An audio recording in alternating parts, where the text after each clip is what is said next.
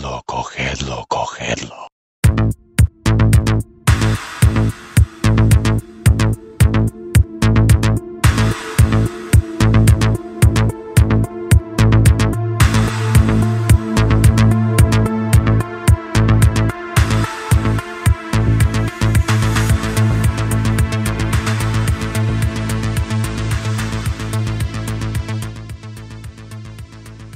Hello, welcome to episode 138 of Chet and John's reassuringly finite gaming playlist. My name's John Denton. With me this week is PC Gamer editor Samuel Roberts, as Chet is having a well-deserved week off. So, as many of you will know, Samuel and I have known each other for a long, long time now, and it's always great to have him on the show. So, Sam, say hello. Hello, yeah, I didn't get to do the old Chet intro, which I'd actually prepared one, to be honest. Oh, sorry. No, that's right. Do you want to do it now? Yeah, I was just going to go, yeah, boy. that was it. Sorry, I didn't leave you the gap. I apologise. That's all right. No, thank you very much for having me. It's always fun. It's the best podcast, and always always good to catch up and just talk about some nonsense, really. Fantastic. Okay, so 2 top 10 lists. You know the deal if you've listened to the show before. 10 being the game we played the least this week, 1 being the game we played the most. And let's kick things off with Sam's number 10. Okay, my number 10 is Resident Evil 4 on PC. So I've been playing this again of late because I actually just bought a new PC. I upgraded. And I bought this HD edition of Resi 4 that they did a few months ago. Capcom released on PC because the first one they did was bollocks. So they did a better one, which is great. And I put it out on like a really high-powered machine. So doing that with all the graphics options turned up, just amazing. Obviously the game itself still brilliant. And I'm about to start The Evil Within as well. So nice. Yeah, so I want to kind of jog my memory of of kind of like Mikami's sort of perfect sort of structure of design when it comes to set pieces and pacing and things like that, and terrible story nonsense. Yeah. But it's been fantastic actually. Like you kind of realise playing it is pretty timeless, and you'd always have to readjust to the control scheme because obviously everyone borrowed from that and built on it, but no one ever used the same sort of type of control scheme. So going through those initial villages again, actually, where it's kind of like really dark and grim, and it's implied to be in like the mountains of Spain or whatever. Like going through those places and having chainsaw guys follow you, it's a lot scarier than I remember it actually. Yeah. At the time, I think I didn't find it nearly as bad, and that's partly because I wussed out by having Nirvana's Greatest Hits on in the background, which is how I got into Nirvana. So there you go. That's a pretty Alan Partridge story, anyway. But it's great to go back to it because. It's just reminding yourself of like some of like the save music, collecting blue medals and stuff like that. It's got like one of the best sort of intros to any game in that series, I think, and it remains timeless. I actually have that remake or whatever you want to call it on my PC as well, and I think sounds like I've got to about the same part as you have. I've always meant to go back and play more, but there's a million games to play. But it's a good one to have on there for sure. There is. I'm even still discovering small details, like the when you go to that church at the beginning. I didn't realise you could shoot the bell at the top, and if you do, then it makes more enemies appear. Oh, I didn't know that. No. Yeah, and that's something new I've discovered. Like 9 years after first playing this game, so that's pretty cool. Thoroughly enjoyed, and I think I'm going to go through the whole thing again because this really is the best version in terms of like frame rate, resolution, and so on. Definitely. Indeed. Awesome. Yeah, it's quite a game, and so is The Evil Within, which I'm not talking about this week, and I still need to finish, but I'm sure you'll enjoy that. A lot of people seem to be enjoying that after the initial reviews came out, and people were disappointed. Some people were disappointed. Yeah, from everything you've been saying about it just sounds like my sort of game. Like it sounds like it's for a very specific audience, and I definitely count myself as part of that number. Yeah, without doubt. Indeed. Cool. All right then, my number 10 is a game on Android called Color Zen. Every now and again I'll go on the Android store, and the first thing that flashes up is a recommendation from John Blythe, a well-known writer, friend of the show, and friend of everyone, really. Lovely chap that he is. I don't know why this happens. I assume he's the only person that I know that also has an Android phone. Quite why or how it's linked our phones together to, I don't know. I don't know why it happens. But so whenever it flashes up one of these recommendations from him, I download it straight away. And he's never really steered me wrong. They're always good little mobile games. This one, Color Zen, it's one of those abstract games that's kind of difficult to describe. Basically, I only played a little bit of it, but there are colours on the screen in shapes, and you can kind of drag each individual colour to the edge of the screen, with the idea being that whatever colour borders the screen is the last colour you want to flick towards the edge of the screen. That probably makes absolutely no sense, but that is how the game works. So a few levels in, it starts having colours trapped inside different shapes, and you have to work out the order to flick them out. And it's kind of like a relaxed puzzle game.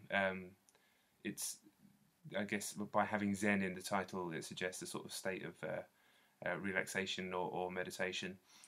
I didn't play enough to get into that sort of state, but it was certainly nicely made, nicely designed. Seemed like a good piece of work, and freebie with you can pay for stuff going forward. But I'm sure I'll never get to the point where I'm paying any money into the game. But yeah, nice stuff. Nothing mind blowing or anything like that. But yeah, nice idea, well executed. That's cool. I've just booted up on iPad actually, and yeah, it's quite nice, like quite minimalist sort of like use of color and kind of like basic shapes, but looks pretty nice. So kind of like, I don't know, what was that game that it was on Vita and PC, and it's sort of like a screensaver you move in and out of. That's really dismissive, but it's not. I've completely forgotten the name of the game. Yeah, I don't know which game that is. No, I've forgotten. No, it's all good. But nonetheless, I'll check that out. I've just downloaded that on my iPad, and it's by a developer called Large Animal Games. So, yeah, it is. Yeah. Yeah, and they've got a flying gorilla as their logo. So how can I go wrong? That's always a good point. Indeed. Okay, cool. So my number 9 is Red Dead Redemption on Xbox 360. Oh wow. Yeah, I think it's finally come time for me to actually replay this. It's almost 5 years old, which is pretty scary. That is scary. Yeah. And so, yeah, I hadn't actually ever replayed the story because, like, obviously it's got this really, slightly spoiler here, but it's got a really kind of strong ending that lives with you forever, I think. Yeah. And yeah, so it's not immediately appealing to go back to it and just run through the story again because it's really got a brilliant sense of progression and the way the world opens up. It's a real kind of one-off. It doesn't feel as light to sort of run through as GTA.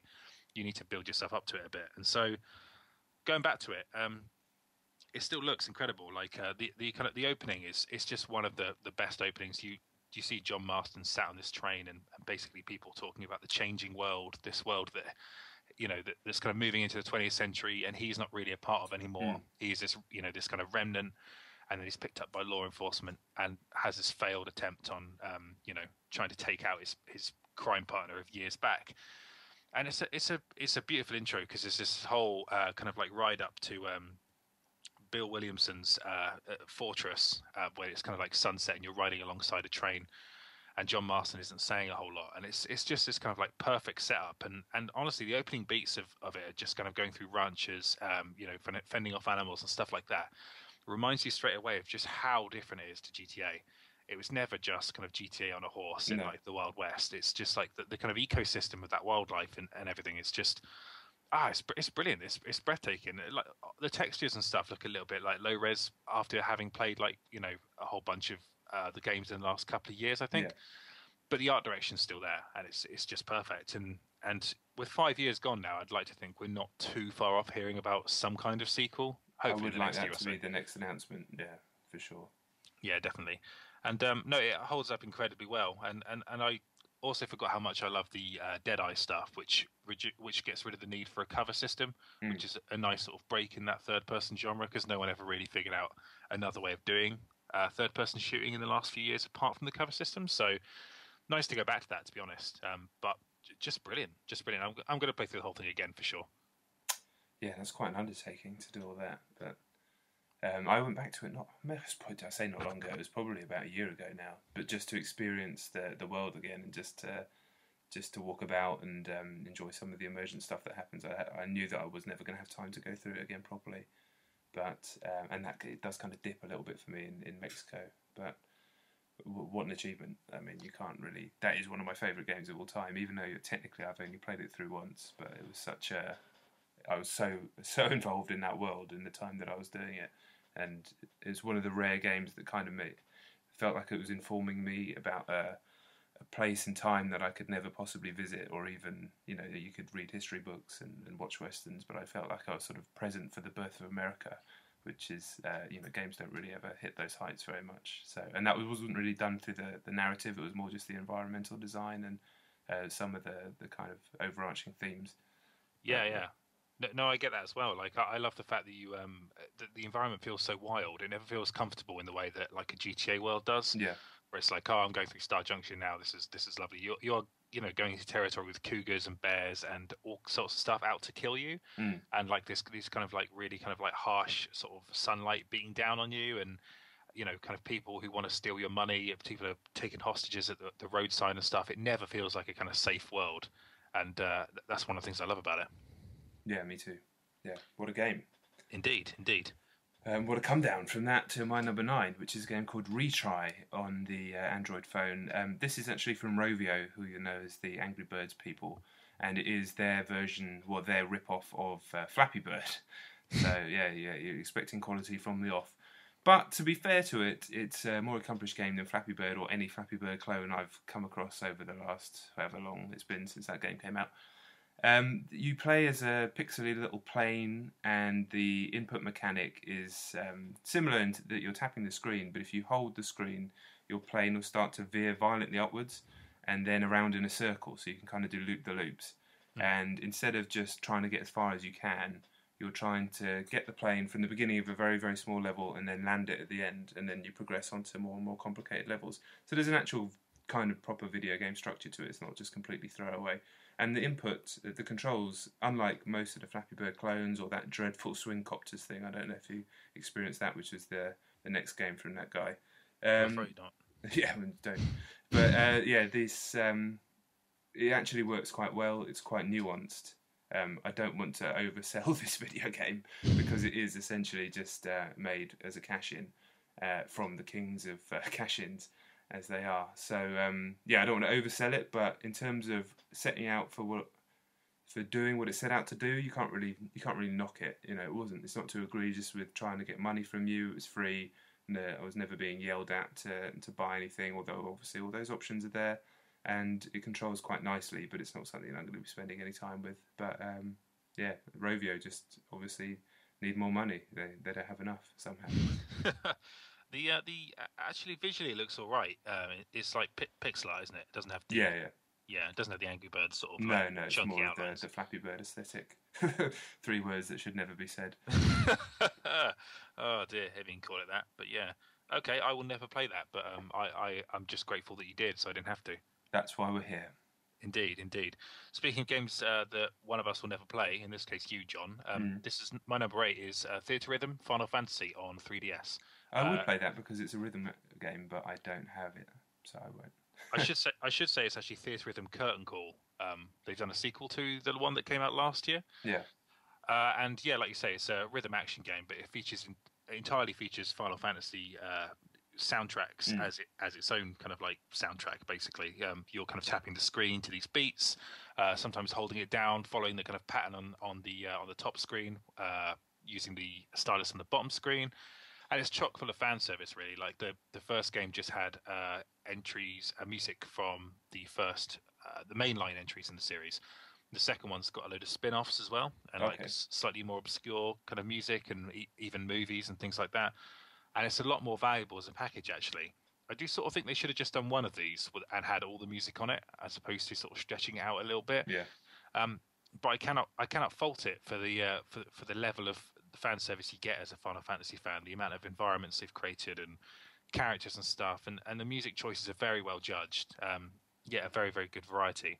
And I was playing it with the speakers on, and I suspect annoying the shit out of my girlfriend while that was happening. But no, I've played it loads and loads, and it has a really good kind of like ranking system and multiple difficulties that make you want to replay it, and kind of offers you more music the more you play it, which I do like in a rhythm action game. I don't like just unlocking everything in a linear fashion. I like there always being more to experience, because when you kind of stumble. Yeah, exactly. When you stumble across a new tune after about 10 hours of play because you've racked up enough points, that's a really good reward to me. So, if you like Final Fantasy, I'd say it's pretty essential. If you don't, then there's nothing in it for you. Is it full price? I think it's slightly cheaper. You can get it for about 30 quid, Okay. which is not bad for a DS game these days. 3DS game these days, which sell for like 40 quid, as much as PS4 games for no reason.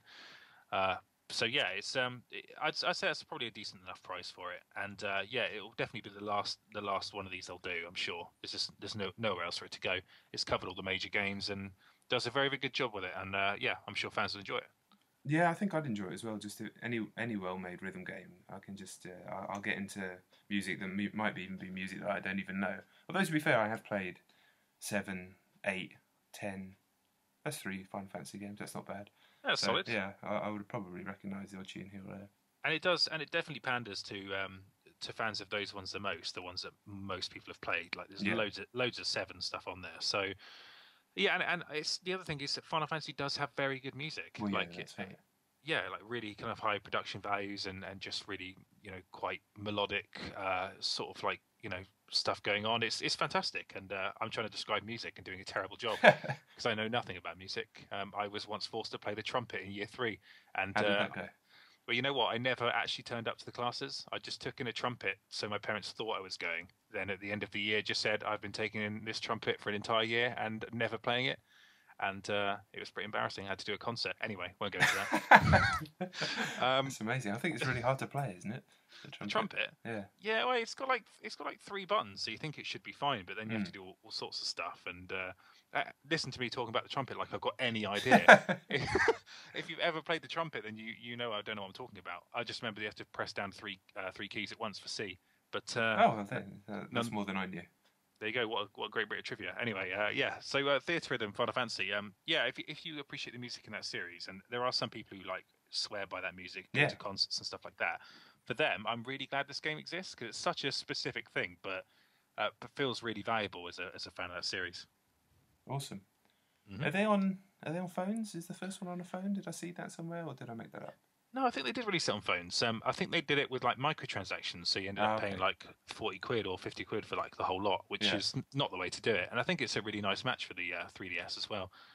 Yeah, it's one of those games that I'd play if the game landed on my lap, but I'm not going to go and seek it out. You know. Well, I'll see what I can do. I can see what I can do about that, John, but I can't promise anything. Thanks, mate. All right. Okay. I've been looking at the name of my next game for so long that I've now decided it's called the Escallop Plan or Escallop. Actually, I don't know how to say that word.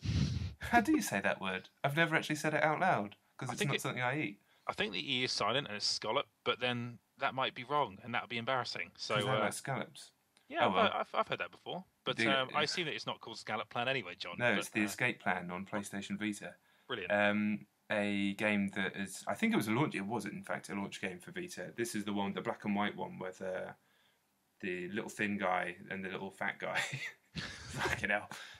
It was the launch game for Vita. It was black and white. It was one of those games where everyone's like, oh, that looks interesting because of the art style and the fact it was black and white. But then people played it and thought that it was wank. And they're kind of right. I haven't played a huge amount of it because it's not very much fun. It's a series of gesture-based challenges where you're trying to maneuver this little thin guy and his fat mate out of a prison using touchscreen interactions and the rear touchpad. It basically exists as a tech demo for the console, like a proof of concept thing for PlayStation Vita, but ultimately it's not very much fun. It's very slow-paced. The interactions, they're kind of both frustrating because you're trying to work out what to do and you never feel like you have enough control over it, and unsatisfying because when you finally do work out what to do, you don't feel clever or particularly smart about it. The whole thing seems to play out as if it was also a sitcom, because it has a laughter track at points and things. I don't know what that's all about. Yeah, like I said, I mean, there's a lot more to the game that I haven't played. You know, I've only played the first chunk of it, and then always appreciated as a freebie on PlayStation Plus. I'm glad that I never paid out for it at the time when the Vita came out, when there was a real shortage of games. But yeah, I mean, we've all played 1,000 very clever touchscreen games now because they're so ubiquitous, that technology, and this just feels like when developers didn't have a clue what the Vita was going to be and tried to do everything with it. Another team did that, and that was Tearaway, and that worked out amazingly. This less so, and now the Vita, apart from games like Tearaway, and that's pretty much the only one, is basically an indie games machine now and a PlayStation Plus machine. And this doesn't really... It kind of feels like it's from a different era than what you're used to playing on your Vita. Yeah, it's interesting because like that, there's like a whole there was like an opening volley of Vita software that I swear they just made, so they eventually had something to put on PS Plus. Yeah. And that so looks like that sort of thing. Like they don't really make games with those sorts of production values anymore, where they're sort of midway between like like a smaller indie game and something like Uncharted Golden Abyss. You know what I Yeah. mean? Where it's quite pretty, but ultimately there might not be a lot to it, or you just don't need it. That and like Frobisher says, like there's just a few games like that where you're like, when else is this going to be useful apart Yeah. from PS Plus? Exactly. I will never play that. However, I did Google Escape Plan. And I forgot they made a film with Arnie and Sylvester Oh Stallone yeah, of course they did. about Yeah. that, about two pensioners who break out of prison. I'm sure that was No, mediocre. that one's the Escape Plan. Nice. Okay, then so I should never play this then, John. Is what you're saying. Well, I mean, if you've got a Vita, I have, yeah. well, I you might love the you Vita. might as well play it. It's free this month, so you might as well have a look. All So right. you might love it. You might think it's the greatest thing of all time, but you won't. I actually do quite like the art style, like, and it's the animation seems kind of nice. It Like, is. I mean, it's stylish, but that kind of thing quickly wears thin when the gameplay isn't really up to scratch. Okay. All right then. Well, yeah. There you go. Once you start, there's about 4 or 5 screens in. You're having to like manipulate this lever backwards and forwards, and it's really cumbersome. You're like swiping the screen. The guy's really slow, and you're like, "What the fuck am I doing? I could be playing Hotline Miami." Yeah. So yeah, there's It's that. that thing. It's that thing where, like you say, with Tearaway, they showed you everything you can do with that system. If you're Yeah. just making a game for that system and you completely understand how it works, like hard to go back to, like you say, something from a bygone era when there's just they're just not doing it nearly as well. No. Indeed. Okay, cool. Well, my number 7 is Bioshock Infinite Burial at Sea Part 2. Oh wow, fantastic! That's cool. Have you played through this? I have, yeah. Yeah, I seem to remember you guys talking about it some time ago now. It's I think it came out in March.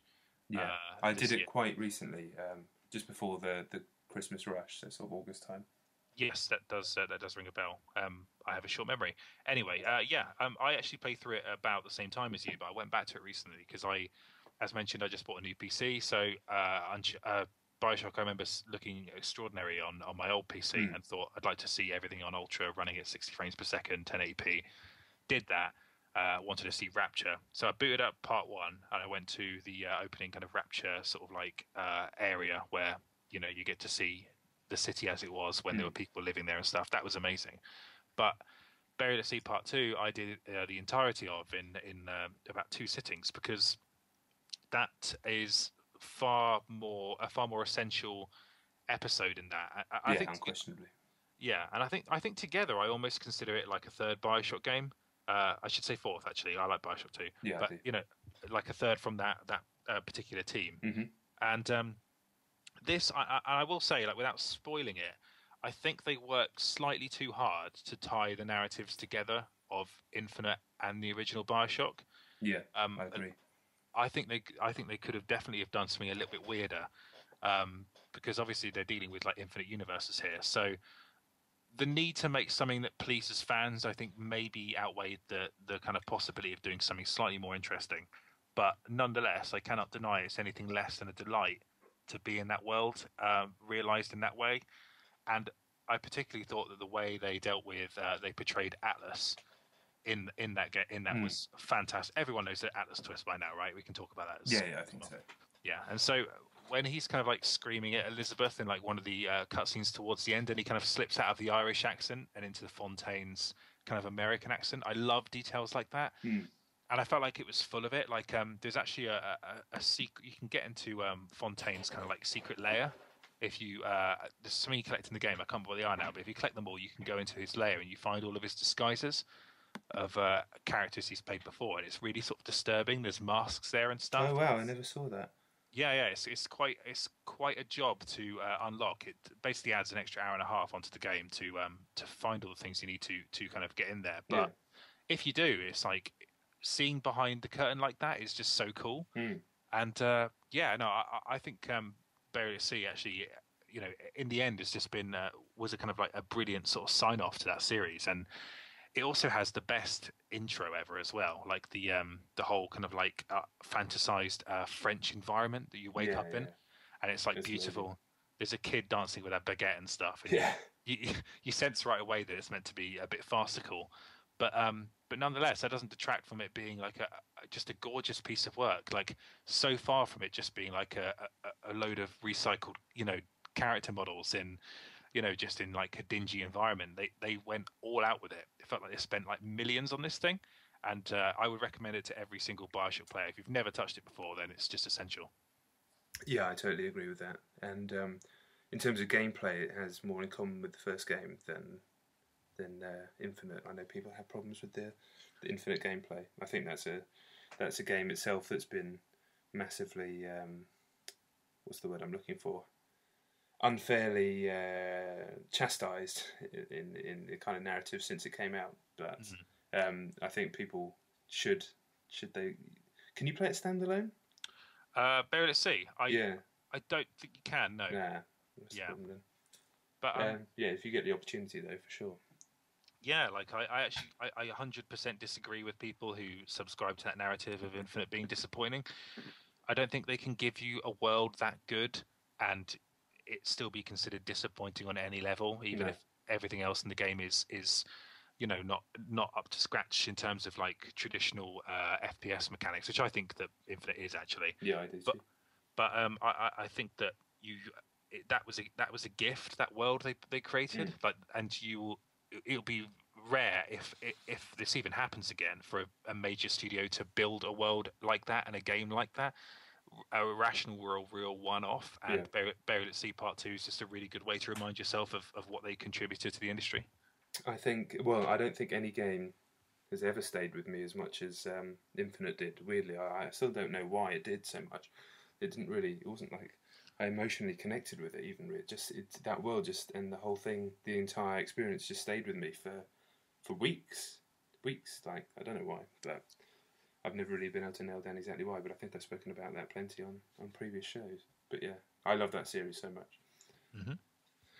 My number 7 then, game that I talked about last week, I believe, is Steamworld Dig on PlayStation Vita, another PlayStation Plus effort from this month. And the more I play, the more I like. This is another great PS Pluser. I didn't really understand what was happening at first. Digging felt a bit like Terraria, 2D Minecraft type deal. But then I quickly understood that it actually has loads in common in terms of structure with Ridiculous Fishing, if you played that game.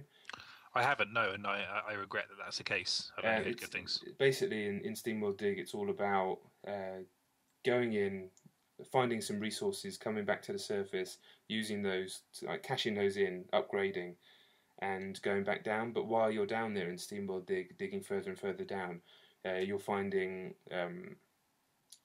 rooms that you can go into that turn into, this isn't like Ridiculous Fishing anymore, that first bit is, the rooms that you go into are little challenge rooms, little puzzle rooms, where you then get an upgrade which can then allow you to get further down into the mine, and it's a really nicely structured game with good mechanics and you're constantly being fed new ways of playing it and new ideas.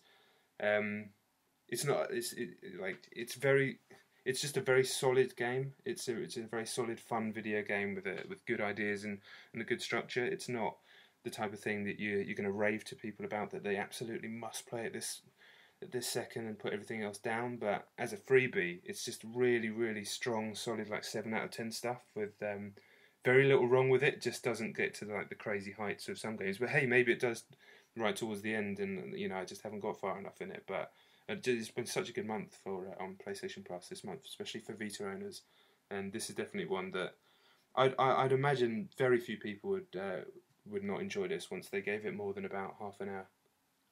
Dude, I'll definitely download that. I think you mentioned a couple of weeks ago that you saw it on 3DS a while ago, and it was a little bit too costly. Yeah, I think so. It's like £12 or something.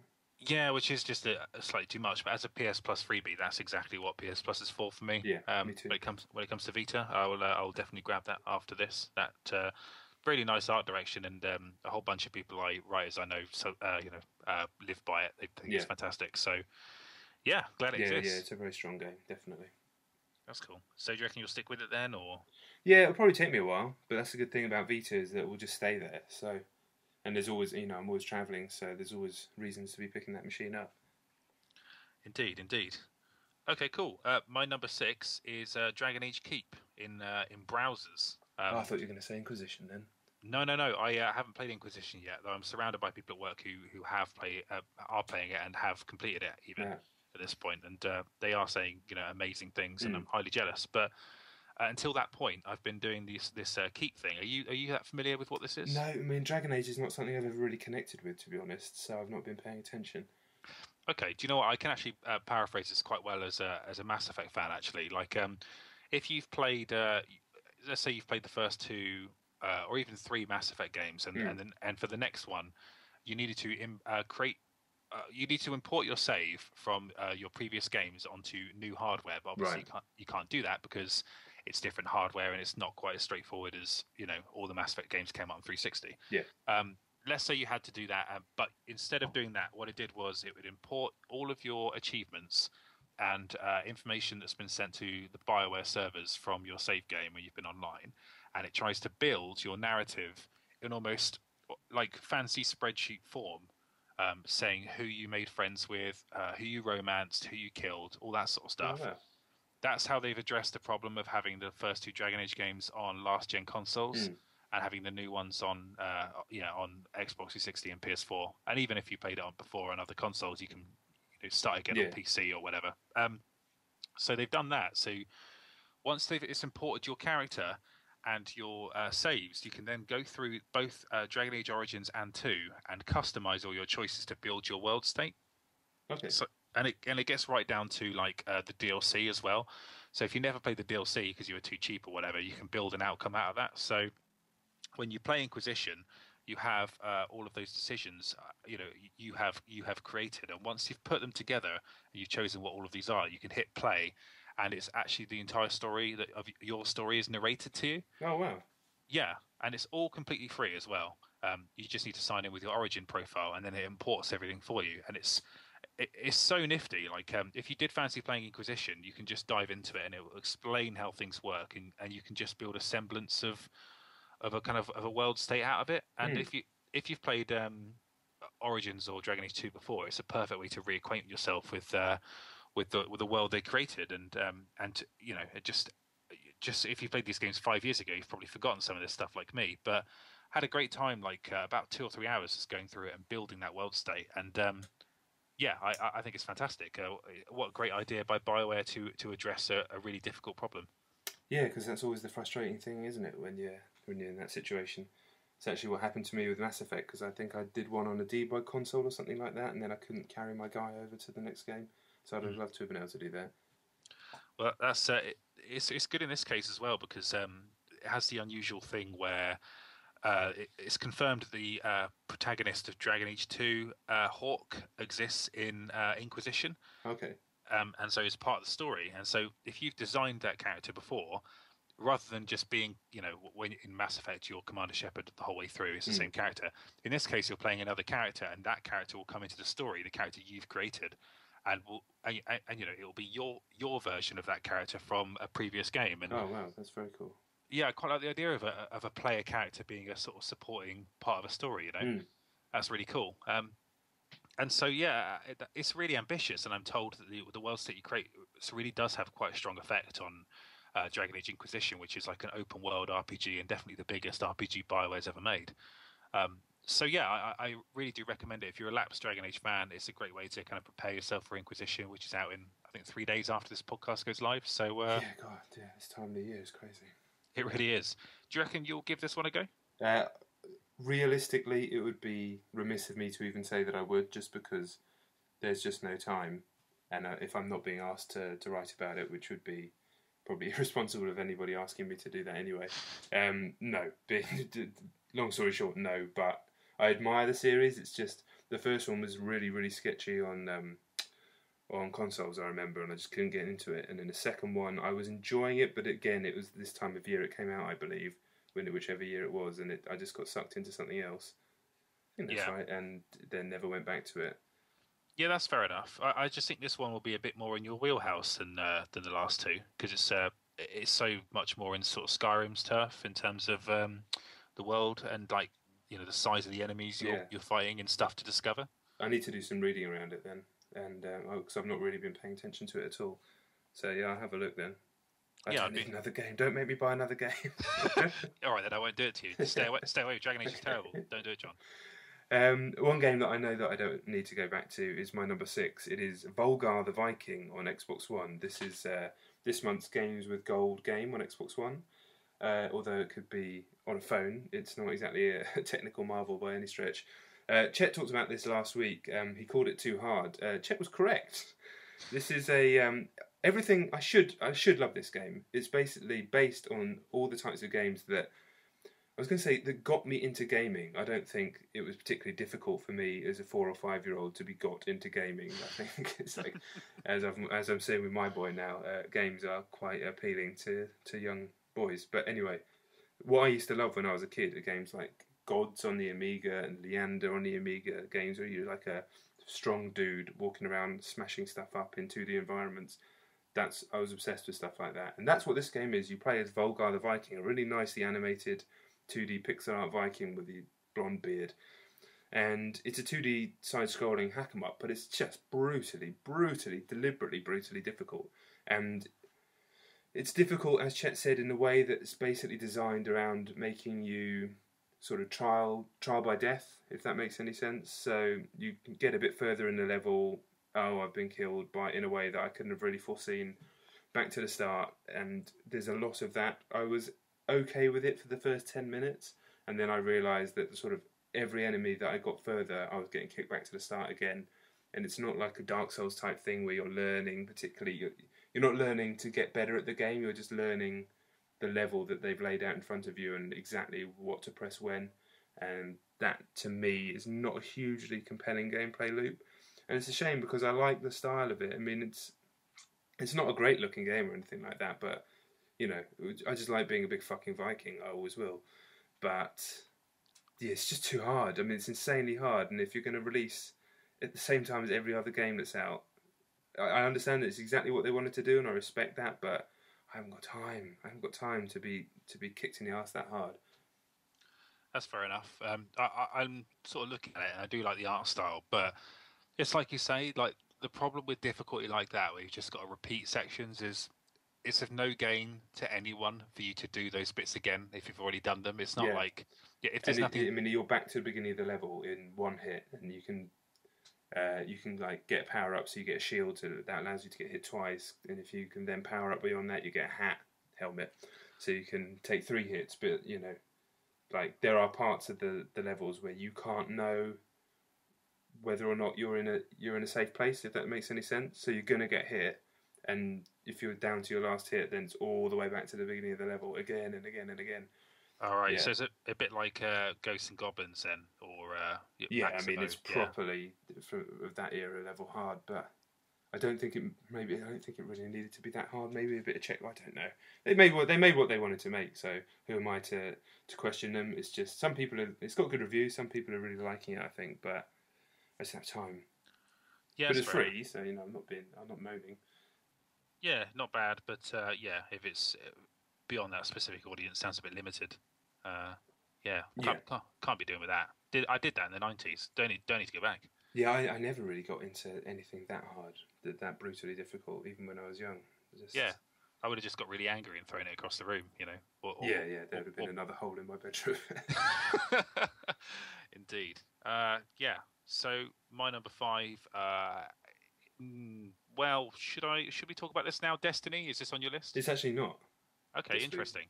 I thought you were, because you were breaking through the barrier. I have played it this week, but I didn't have anything to add to it myself. I'm basically doing the same route that I was last week, so that's fair enough. I chose not to put it on. See, I'm about where you were 2 weeks ago, which is where everyone else was 7 weeks before that. Yeah. So I'm about 3 months behind. Basically, I've missed my generation of sort of second generation adopters of Destiny, who were kind of forming like clans and like tackling the Volgarr class together. I'm just behind them, right? And I'm on the cusp of reaching level 20. So where the game is about to change, and I'm now kind of going to face the choice of, do I want to carry on doing this, where I know it's going to be possibly quite a disappointing, harsh grind through 10 levels, or do I just leave now, having had about 20 hours of the best fun with a brilliant multiplayer game with like amazing emergent set pieces and just kind of like great bonding experiences. It's been great, but when I see people just wandering around the moon, just like farming helium or helium coils, I'm just like, I don't see how this game would be greatly improved by me doing that. I think you can get away with not doing that. Certainly, in the stuff that I've played post 20, has all been tremendous to the point where it's probably been better than the stuff I was playing pre level 20. Yeah. But I'm not, like I said to myself and to Chet last week, I'm not doing that. I'm not just walking around farming things. If I ever catch myself doing that in this game, then I'm going to tell myself off, because I don't want to. I don't care about a number. I care about the experience of playing the game.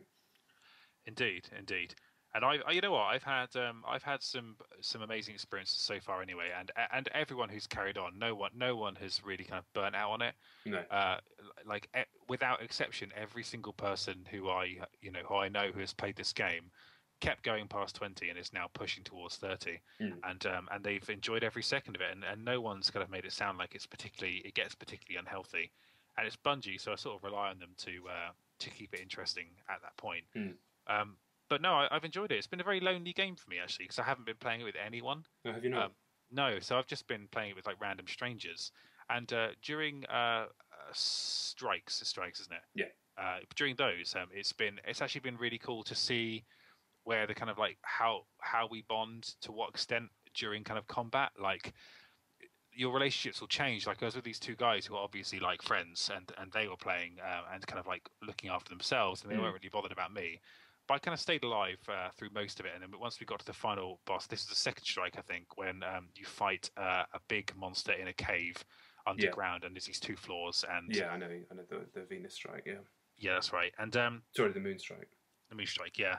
And so that was cool, because actually they had left me to die almost to the last second in like the set piece before that. And so I survived and then got through, and I got the impression they didn't really care if I was there or not. And then we got to the final boss, and we were kind of like, we were struggling with it, and they both died, and I kind of like risked my life to bring both of them back to life. And from then, every time I died, they would just be there straight away to revive me. And I like the idea that you just kind of form those sort of invisible bonds through Destiny. Yeah, that's cool. Yeah, by playing with strangers, and like that's something I feel like I've only got because I never play it with friends, because I've never been in sync with people in terms of levels, so I've never had any reason to play with anyone on my friends list. As sad as that sounds. I know what you mean, though. It can be difficult. I stopped for weeks just because the guys that I was playing with, we kind of all desync with each other, and we've only kind of been able to link up again since I hit 20, and even then it's still causing trouble. So I'm hoping that once I break through that 20 barrier, that's not quite the same thing, because everyone I know is on 26, 27 now. So I'm about 7 levels from that. I think maybe like a week of invested time might get me closer to that. Might be longer than that. Once you get post 20, because you're not leveling up in the same way anymore. I don't know if you know how it works once you get to level 20. You mentioned lots of baffling currencies. Yeah, it's basically it's all armor based, and so you're relying on random drops, rather than just progression, which is where the grind comes from. But it's also, I think, what keeps it interesting. In otherwise, you just level up to 30 doing it the normal way, and everybody would be at 30 by now. So it's an unusual system, but I think it's probably I can definitely see why they've done it, but it takes a fucking long time to get past even just past level 20, like a long time. Okay, well that's yeah. See, it's tough to figure out from that. Maybe I'll just get through 20 and see how I feel about it then, because there's no loss to doing that. There's not been a single second I haven't enjoyed of it so far, apart from maybe Crucible, which I don't quite understand. I know you were having a bit of trouble with adjusting to that. Yeah, I've played a bit of Crucible. I like it. I like the fact that you use your character, so it's the same character and you're progressing, and you have that sense of ownership. But as a multiplayer shooter, it's not as good as Titanfall. It's very different, but it just isn't as good as Titanfall. And I don't think it's as good as the next game on my list as a pure multiplayer shooter either. So there's only so much time in the world. So I kind of backed out on that. But then again, you can get bounties from doing it. I'm turning myself into the person I don't want to be. Don't be that guy, John. In fact, so many of the bounties come from that. It's like, oh, I don't really want to do that. It's funny actually playing like a Bungie game, and for the PvP to be the worst part. Yeah, That's quite unusual. And I'm still kind of trying to rack my head around that. But there's nothing particularly remarkable about Crucible. not really, no. But some people yeah. swear by it. Interesting. Well, I mean, maybe I'll go back to it and give it a bit more of a go. But I don't love it in the way I love everything else about it. Yeah, and I'm the same as you on that. Well, we should try and hook up and have a game though at some point when we're both on, because we are similar levels. Yeah, and we are friends on PSN, so we should do that. And friends in real life. So how about that? Good times. Okay then. My number 5 is like I said, a multiplayer shooter that I do think is better than the Crucible and Destiny from the amount that I played, which is Call of Duty Advanced Warfare. I haven't played any more of the campaign. What I have played, it just didn't do it for me at all. I do want to get through it just because I like Kevin Spacey so much, especially in the post House of Cards universe, because he is basically just playing a pantomime version of that character. But I just don't. It just hasn't happened yet. But the multiplayer is fantastic. I mean, it really is. It really is something quite special. It's that fundamental McDonald's French fries satisfaction of Call of Duty multiplayer, which is always base level fun unless you're getting smashed at it. But as long as you're doing okay, that's always going to be fun, whichever version you're playing. With this new exosuit stuff, so you can dash sideways and double jump and dash through the air, they've managed to get that the kind of tactility of doing that very, very satisfying, and they've improved it. I spoke about this last week. They've improved that massively from the build that I played in August at Gamescom, where it was a bit unwieldy. And that really does change the flow of COD multiplayer massively, because it makes the whole thing way more vertiginous than it ever was before. So you're playing about on rooftops, and you can now also get away from... One of the things that always used to drive me mad about Call of Duty was getting shot in the back. Still going to happen, obviously, but now, once you've taken that first bullet, you do have a chance of getting away, which is something Titanfall's done brilliantly with the stim ability, which it just gives you a quick health boost and a speed boost, so you can get away when you're jumped, which is... It really changes the flow of combat for that type of thing. You can get away in Destiny as well with the double jump and jetpack and things. I think that's like something that's going to be an integral part of shooters going forward, the ability to like rectify the situation once you're caught, because on PC games historically you could just whip round with the mouse, but obviously you can't really do that on a pad to the speed that you need to unless you whack your sensitivity up to a crazy level, and then you're not able to play. So COD is it's really good. I mean, the maps are really strong. The unlocks, there's billions of them, but it starts to make sense quite quickly, and they throw loot and like cosmetic stuff in there as well for the first time, along with all the other unlocks. And yeah, it's just really good. I wouldn't say it's as good as Titanfall, a game that I have played this week and is not on my list. I think that's just on a different level entirely. And when I went back to that, in fact, I was like, damn, yeah, COD's good, but this is just something else. But it's definitely the best Call of Duty has been in a long, long time. And you if you're doing well, and whether it be team deathmatch or whatever mode you're playing, if you're doing well and getting into a nice flow, there's a reason that millions and millions of people play these games. That is satisfying. I always call it fast food. It's gaming fast food. It's not the most deep, nuanced, intelligent game you'll ever play, but it is fucking good fun when it works. And I have been enjoying. Well, I've been playing a lot, and it looks nice on Xbox One, feels nice in the hands, the sticks are amazing, so yeah, it's good this year. It's very, very good.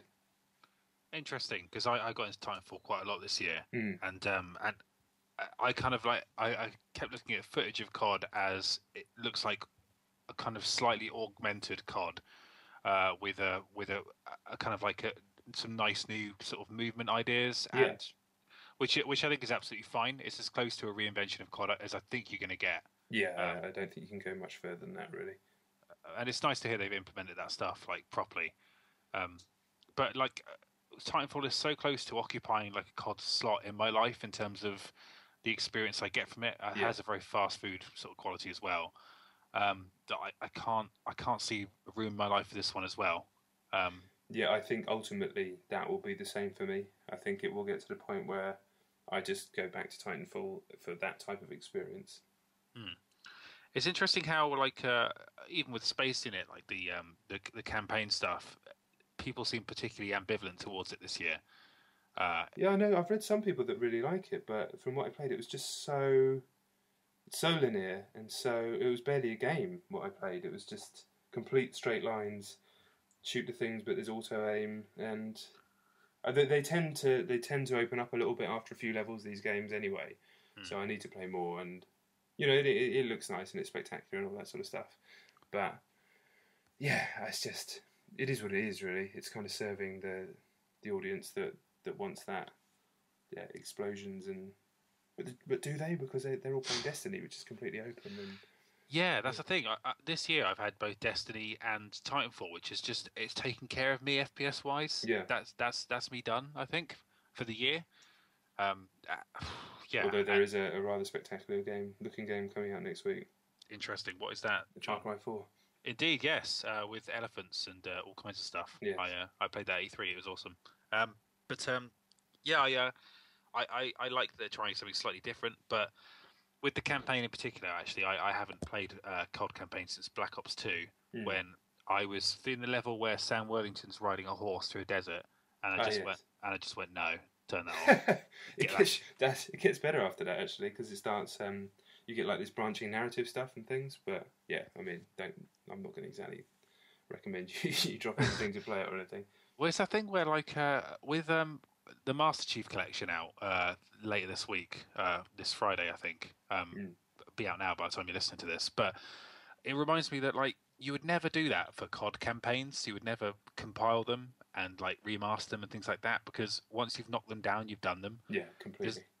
And, like, that's no kind of, like, there's no attack on COD. I just think that the style of campaign they've gone for was always going to have a shorter lifespan than something like what Bungie created and developed over many, many years, and I think it's in risk of being too throwaway, and they don't need it to be throwaway now with COD. They can do something a bit more radical with it. Yeah, it'll be interesting to see what Treyarch do next year. I assume it's going to be their one next year, after experimenting with the branching narrative and things like that in Black Ops 2. I think they're going to be the lead studio going forward, so it will be interesting to see what they do. But yeah, I mean, it's how much longer can the COD dream last? I don't know. It'd be interesting to see how well this one's done. Obviously, it'll probably end up being the top seller this year still, I would have thought so, but all reports suggest that numbers are down, but these things can't last forever.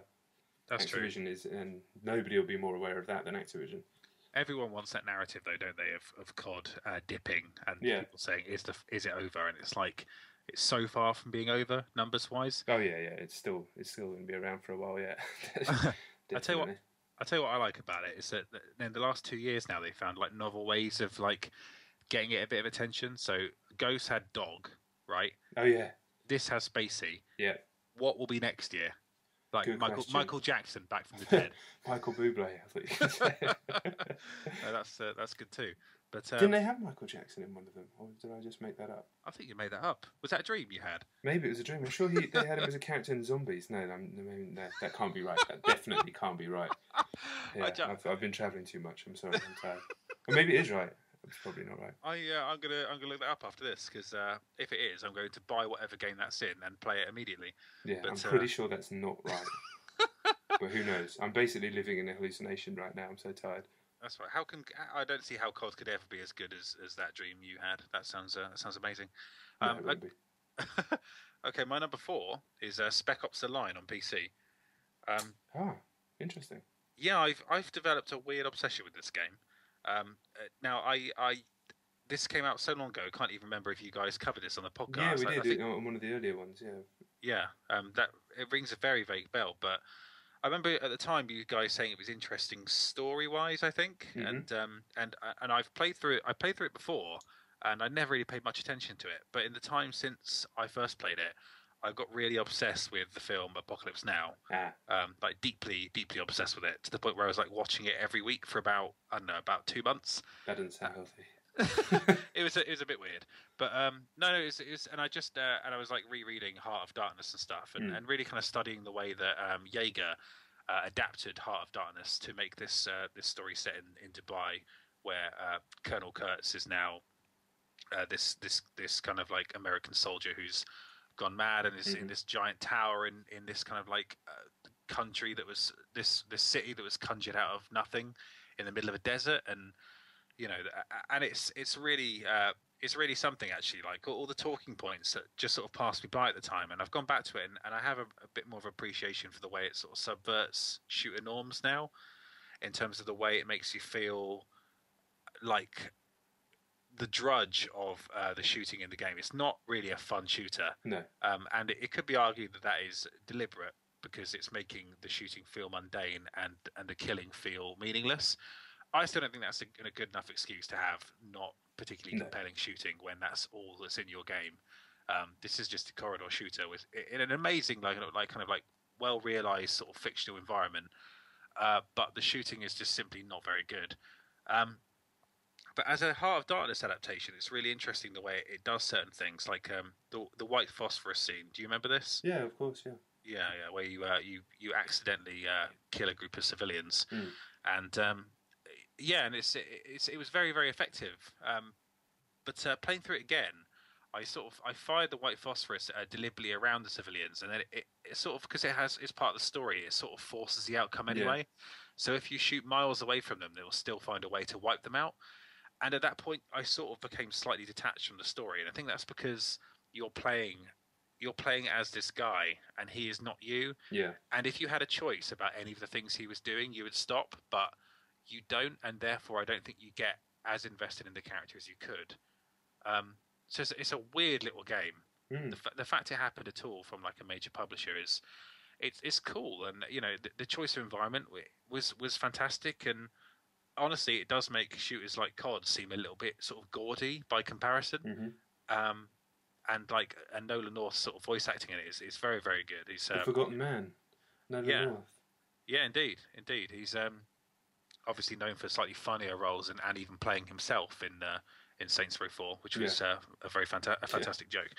But in this, it's outstanding, and I actually think that Spec Ops: The Line has the epilogue is incredible as well, because that's where that's the only time you really have a choice in the game. You can finally lay down arms, or you can just keep fighting to the end, and that moment is so sobering, because it gives you complete freedom of that outcome, and you have this kind of mental exhaustion from having killed so many people, seeing so many awful things, and the reasoning for it being on quite dodgy ground, and I found it absorbing, and I didn't care about any of that stuff the first time through.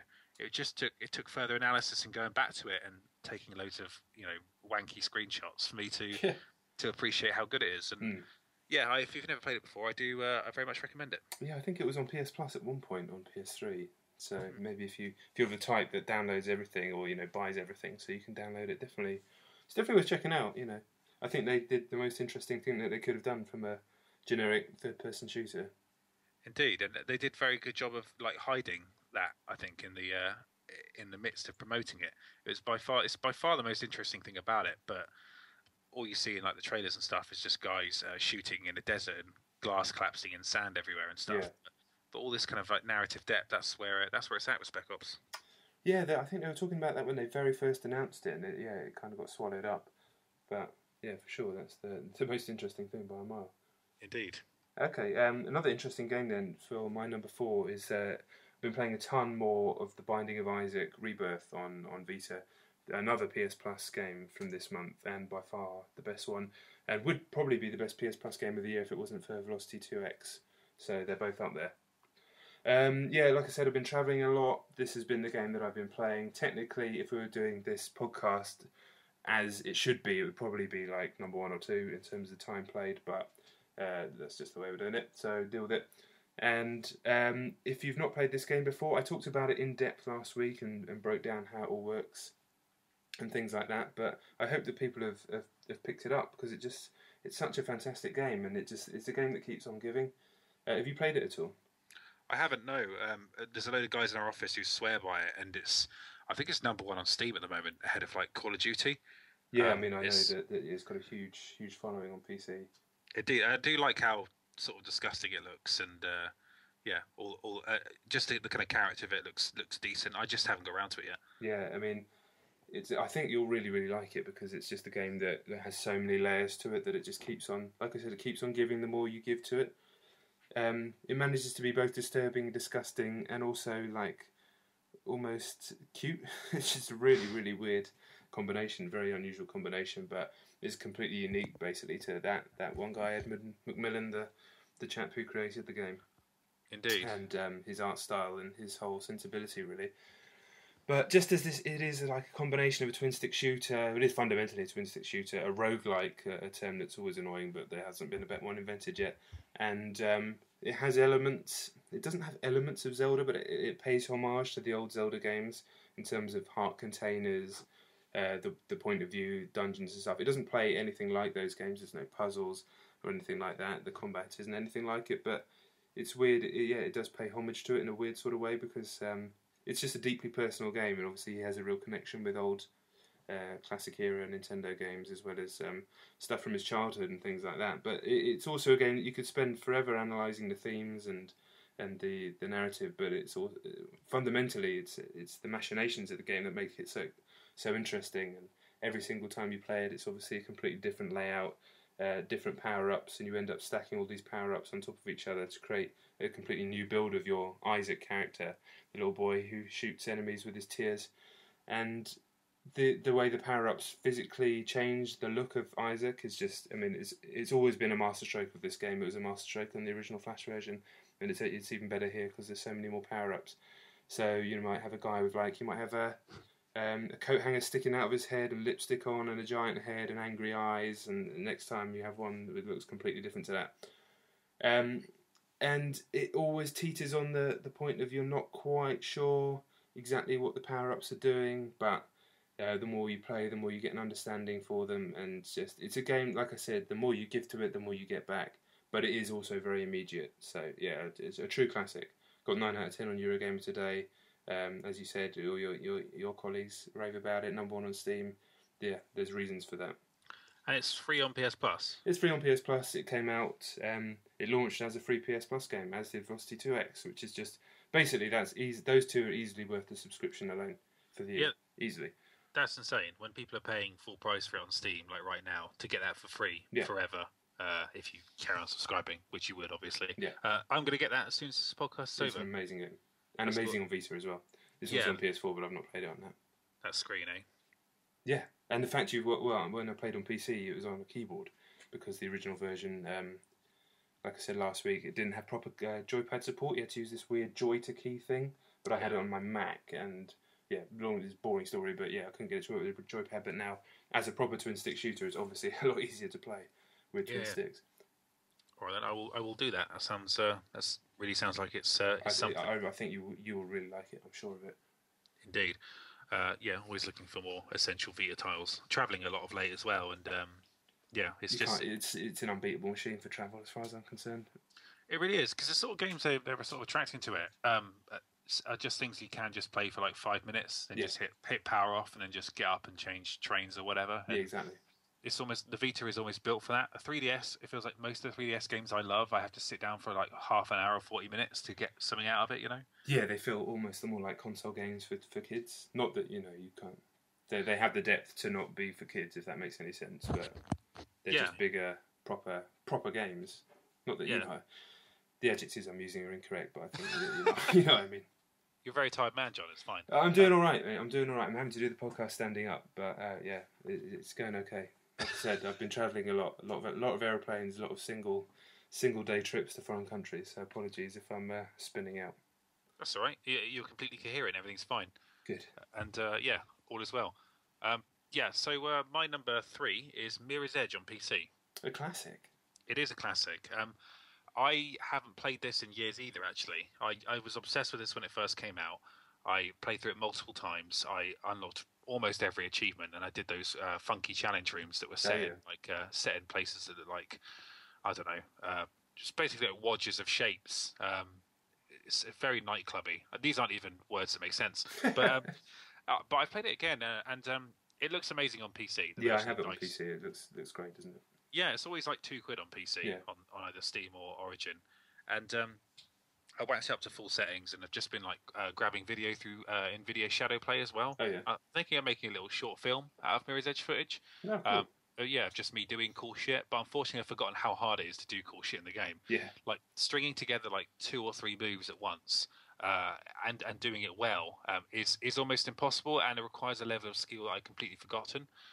And that's absolutely fine. Like I love the versatility of movement in the game. How every wall can turn into sort of like an opportunity, and there will sometimes be like 4 or 5 different ways to ascend. Like to where you've got to go.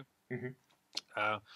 It's unbelievable, and like because it loads so fast on PC, you can just skip the cutscenes entirely, which means you get even less of the story than you would get on consoles. Because that's the worst part by far, right? Yeah, definitely. I don't even think that's the story. The story is, I think Faith is supposed to be a silent protagonist. That's the way I see that game. It's the only thing you should hear from her is the breathing, because none of the dystopian stuff they've created for the story is that interesting. Not at all. And she's never developed as a character. Therefore, I think she would be much more interesting if she was just kind of ambiguous. Like kind of Master Chief style, where you don't really learn a lot about her or whatever. Yeah, that's a bad comparison. No, but it's fair though, because he is. I mean, I'll actually talk about that in a minute. Well, I wasn't going to talk about that, but I'll talk about that game in a minute. But yeah, I've always seen him as just like an avatar for heroism, and Faith is kind of like this avatar for extreme dynamism, maybe. Yeah, I can't believe I came up with that on the top of my head. I'm retiring now.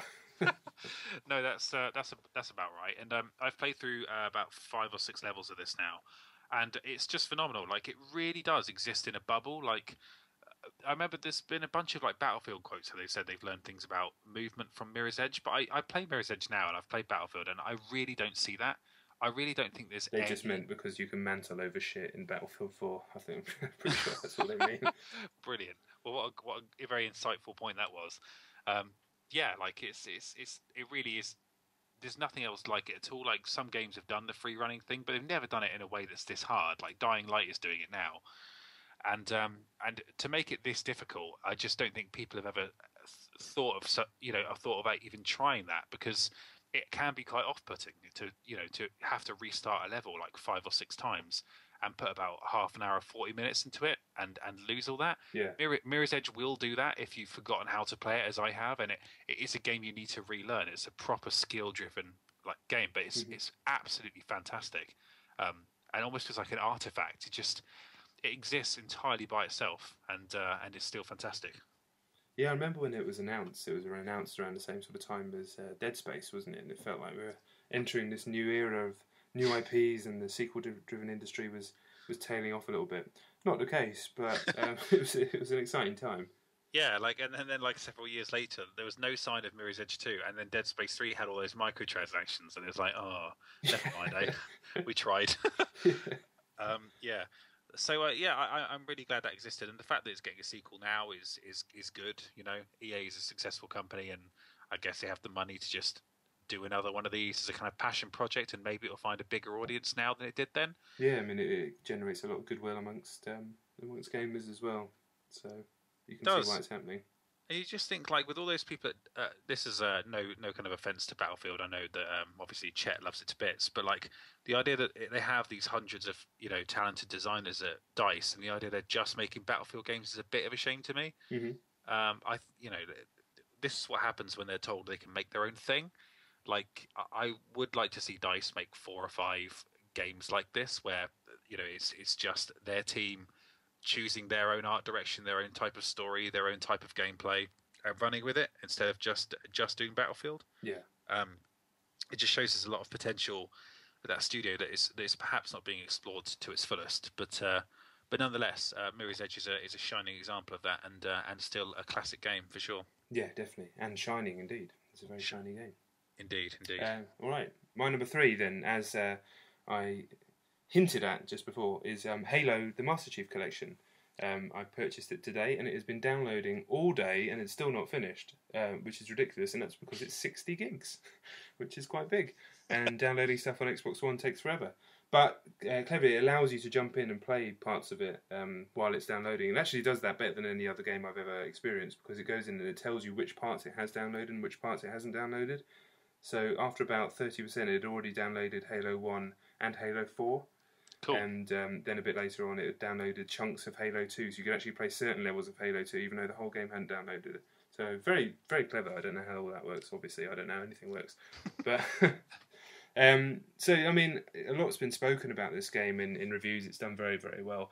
And even though I haven't technically played the final game because I'm still waiting on the last 10% to download, you can see it's just such a lovingly crafted package.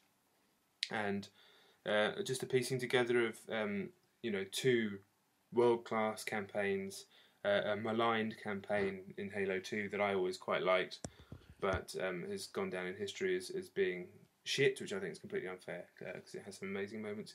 And Halo 4, which was an excellent effort from a different team. I played the Silent Cartographer level from the first game, the classic beach landing level. Indeed. Moving it. Forgive me if I'm incorrect. Like I said, I'm basically in a hallucinatory state right now. I'm so tired. I believe that all of them are running in 60 frames per second. They might not be, but they certainly feel like they are. The first 2 games feel like they are. If they're not, apologies. I can't know everything all the time. No, that is right. Okay, thanks, Sam. Yeah, So yeah, it feels amazing, really. At first, it didn't feel. I was like, this doesn't actually feel like Halo. But then I whacked it back to the old graphics, which you can do in the first 2 games, and they're still running at the high frame rate, I believe. And it's still, I was like, no, fuck it, this feels better because it's still the same game, and the AI is still as good as it ever was, and the shooting still feels as good as it ever was. It's quite funny to go back to those old games and not have a run button because you're so used to running in first-person shooters now. It's not like it just slows you down when you're moving from moment to moment. It actually completely changes the way you fight because obviously if you you take damage in a game with a run button, you run back to cover, and you can't do that here. So that was quite. It took a bit of time to get used to, but I mean it still holds up so well. Halo CE, which it's amazing, really. Like the AI is still fantastic. There's still the best battles basically in a single player. I'll re-say that. As I was playing through that level, I was saying to myself, these are the best fights I've had in a single player FPS this year, and it's however many years old it is now, 12 years old. I'm not including Destiny in that because it's kind of different, but these are the more tightly scripted, specific skirmishes anyway in Halo CE. But for a 12-year-old game, it's still kicking the arse of pretty much every shooter out there, as far as I'm concerned. And so then I jumped into Halo 4 after that, and it looks incredible. It's up to 1080p, and it would look good anyway on 360. But it just looks, the spaceship in the first level that you move through looks pretty much as good as the Alien Isolation ship. I can't remember the name of it now. I can't remember. Just forget about it, John. You're not going to remember it. It looks amazing. So the frame rate's been upped as well, so it feels super nice. And I played a bit of Halo 2 as well, and that seems like a really amazing treatment that they've done. I haven't had a chance to test the multiplayer yet, so I'll do that next week. By all accounts, there's been a lot of problems with matchmaking. Hopefully they'll sort that out quickly. But yeah, just what a package. The fact you can kind of jump in and it groups missions across the different games together, and so you can play certain missions that share a type of theme and things like that. You can add all the skulls, or just everything about it's just been done so well. There's so much love and care put into this package. It really is quite something. I guess maybe it'd be cool if I had a few more making ofs on it, on something like that to nitpick. And obviously, a real Halo fan does want ODST and Reach on there as well. I would always hold up Reach as the best Halo for me, best Halo campaign. But nitpicking for what you get as a remake, as a package, as a Criterion edition, as old movie fans would know what that means. You can't fault it, and I haven't even played the multiplayer yet, which has like 100 maps, which is just stupid.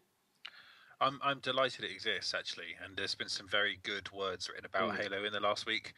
As a result of that, I really liked Nathan Diamond's review of it on Eurogamer, as along with Alex Dale's review. Yeah, I thought Alex Dale's was fantastic. That couple of paragraphs where he broke down the combat was really good. Yeah, and it's really great to read Halo experts writing about Halo, because there are very specific reasons that game is good, and that I think that kind of style of FPS is good, that exists entirely outside the realms of other shooters, and is very hard to quantify.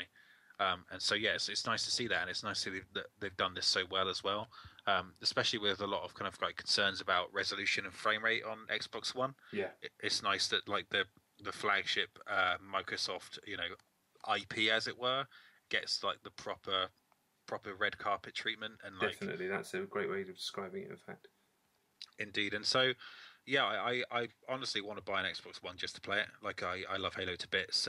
When you mentioned the Silent Cartographer there, it just reminds me that campaign in the original Halo is perfect. It's perfect. Like I know people hate the library. I even like the library. I think that the library is a perfect pace breaker between every other kind of more open level in that game. Yeah. And yeah, I think You need the struggle. You need the struggle. You need the struggle of the library to appreciate what comes afterwards. I think. Indeed, There's yeah, a reason it's there. There's a reason it's like that. yeah. It's that entire arc is perfect. Like the last level on the Pillar of Autumn as well, blowing up those kind of vents and then making an escape. I like a perfect campaign, and I like Halo 2 as well. I think it's got a lot of cool levels, but the multiplayer was the thing with Halo 2, wasn't it? And that for sure is the thing that I would be the most interested in testing out. But yeah, no, fantastic that they've given it this treatment, and that all four of them are there at once. I do wish there was some way to get Reach and ODST in there as well. Yeah. Just because I'm a completist, and I'm sure that will happen separately at some point. But yeah, I fantastic that this exists.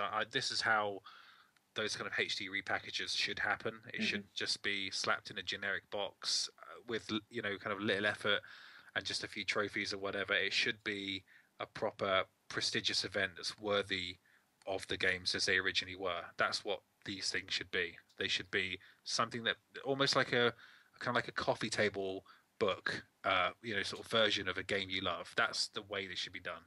Completely. I completely agree, 100%. That's cool. An example to everyone else's. Indeed, I'll definitely get an Xbox One and play that, which is possibly irrational because I have all those games sat on my shelf right now. But isn't that the way? All right, then my number 2 is Lego Batman 3: Beyond Gotham. Oh wow! PC. This was really cool actually. Like I know that Chet loved Lego Batman 2. Yeah. Really appreciate the kind of dynamic between Batman, Superman, and Robin, and like the way that was explored. The foundation of which I think really formed the sort of tone of the Lego movie. I'm almost certain that the people who made that film played these games first and kind of like and it's actually really cool to think of it like that because this started as just a sort of like a sort of Star Wars, sort of like pastiche, just a really sort of an elevated 3D platformer that wasn't really much up to snuff, and it's turned into this like multi-tendrilled series of amazingly rich like homages to films and the characters that people love. And I think that the Lego Marvel last year for me was probably the best one, although Batman 2 had the moment where when you take off a Superman, the John Williams theme kicks in the background, which is one of the best moments. This one so far, it takes the action away from Gotham and into space, which is a bit of an unusual decision, but more of an excuse to bring in the wider DC universe of characters, I think. Because in Lego Batman 2, all the Justice League are there, but they basically turn up at the end, and they're not really very well realised in terms of their abilities and stuff. Like Flash can run fast, but there's nothing very interesting done with the rest of them. In this one, they turn up almost right away.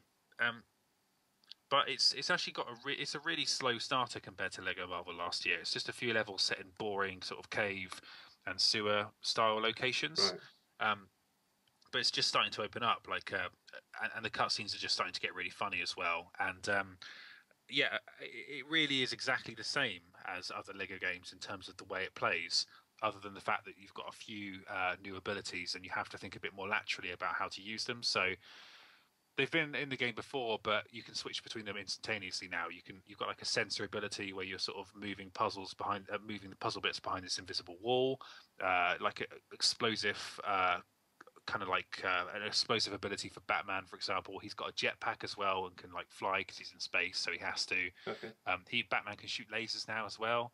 I didn't think he used guns, but it's Lego, and and Batman isn't a real guy, so it doesn't matter.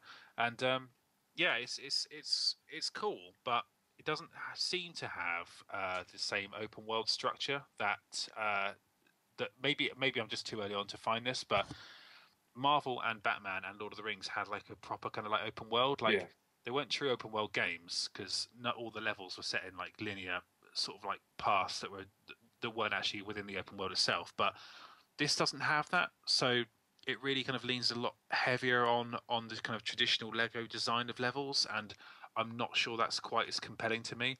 I always liked being a superhero in an open world. I always thought that was just a perfect sort of match for that subject matter. But I am early on. I'm just 3 levels in, and I think there's 15 in the game. So it may open up, but I don't believe there is an open world in this game. But nonetheless, it's a bit overwhelming as a bit of kind of like fan service as well. And I don't think it's quite as effective as the other games, because I don't think people find like Green Lantern as compelling a character as, you know, they do like Hawkeye in Marvel, for example. Yeah. But I don't think DC has that familiarity. Everyone knows who Batman and Superman are. No one knows who Martian Manhunter is. No, if he turned up on screen, John, you wouldn't go, "Oh, there's Martian Manhunter, brilliant." No, I've never heard those words put together before.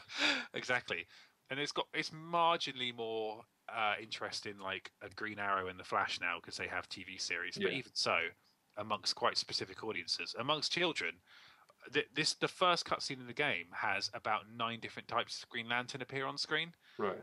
All making jokes about their various powers, and it's actually slightly impenetrable, which is weird for a Lego game, because you're like, I shouldn't be confused by the story. No. That's either something's gone wrong with me or the story itself, but it can't seem to find a way to present that in a coherent way. Whereas Lego Marvel just had this New York where more and more characters would just join the story as it goes. Here it's just got a very big cast, and it just starts straight away. But so far, not enjoying it as much as Marvel or Batman 2. Well, that's a shame, but I guess, I mean, like you say, the cast of DC is a bit thinner than the Marvel, from my perception as well. Like you say, I only know a few from the DC lot. There were people in that Injustice game, I didn't really know who they were, so I guess if they're stretching it beyond that, you are pushing it a little bit. But yeah, what a series. We talked about this before. You know, generally the Lego games, just from what started out as a small little place in Cheshire, which is still where they are, in Knutsford, has grown into this sort of empire. And yeah, I agree, the Lego movie, I would have thought, I definitely think has taken elements from the games in terms of the tone. I think so, and I'm told as well that the cutscenes are still fantastic. They are still very, very funny. Like it's Troy Baker playing Batman, and I don't know who they got playing Superman, but the dynamic between them is perfect. And like I really don't see how like Henry Cavill and Ben Affleck interacting will be nearly as entertaining as seeing those characters kind of like dealing with each other. Have you ever seen the Lego Marvel movie or the Lego Batman movie? They're very short. No, they're on Netflix, aren't they? Yeah, they're both brilliant. The Marvel one is hilarious, and the Batman one's very, very good. Yeah, they're both actually they're both really funny. It's on the top of my Netflix because my brother keeps hijacking my account and just watching shit and then leaving it. So. My boy loves them, but yeah, they're properly funny, both of them.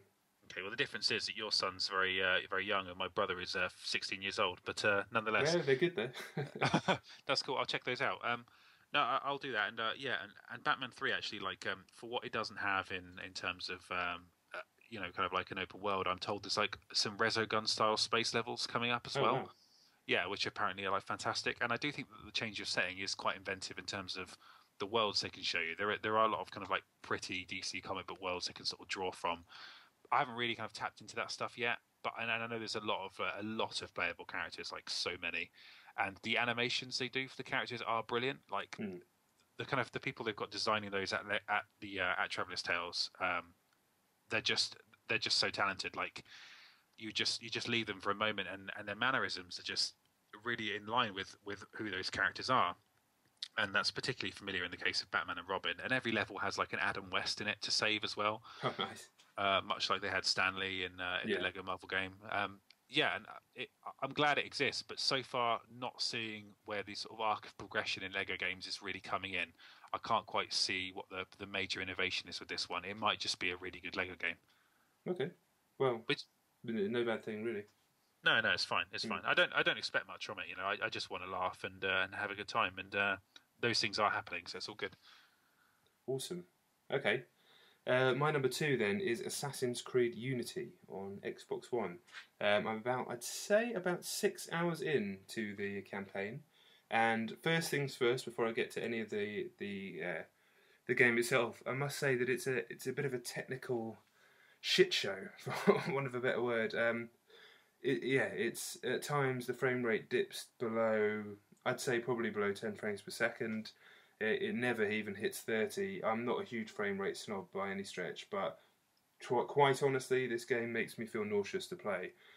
Such as the refresh rate of what's going on when you're moving this Paris around, and the response rate on the response times on the sticks and stuff is really shit. So the camera's wobbling all over the place, and considering this is supposed to be the one that's like the real entry for the series into the next gen, it's not on the old consoles. This game, really disappointing in that respect, and at times quite unpleasant to play because of it. Beyond that, you play as Arno, this French guy who sounds bizarrely exactly like what's his name? Anthony and Alistair something. The guy from Pointless. You know the guy from Pointless? I don't watch Pointless, I'm afraid. Posh actor who's in the Pimm's adverts. Oh, right. Pimm's a Clockman. Oh, yeah, I know the one you mean. Yeah. Alexander Armstrong. That's right. Apologies, yeah. I'm quite tired. He sounds like that despite being French, and everybody else in Paris has a West Country accent, which is just, it's just dreadful, really. Some really dodgy ones as well. Like, I was listening to one of our guys playing the game in the office, and I swear I went from West Country to France to New York and then back to bloody Somerset. Like, the main female is like Australian, West Country, English, and French.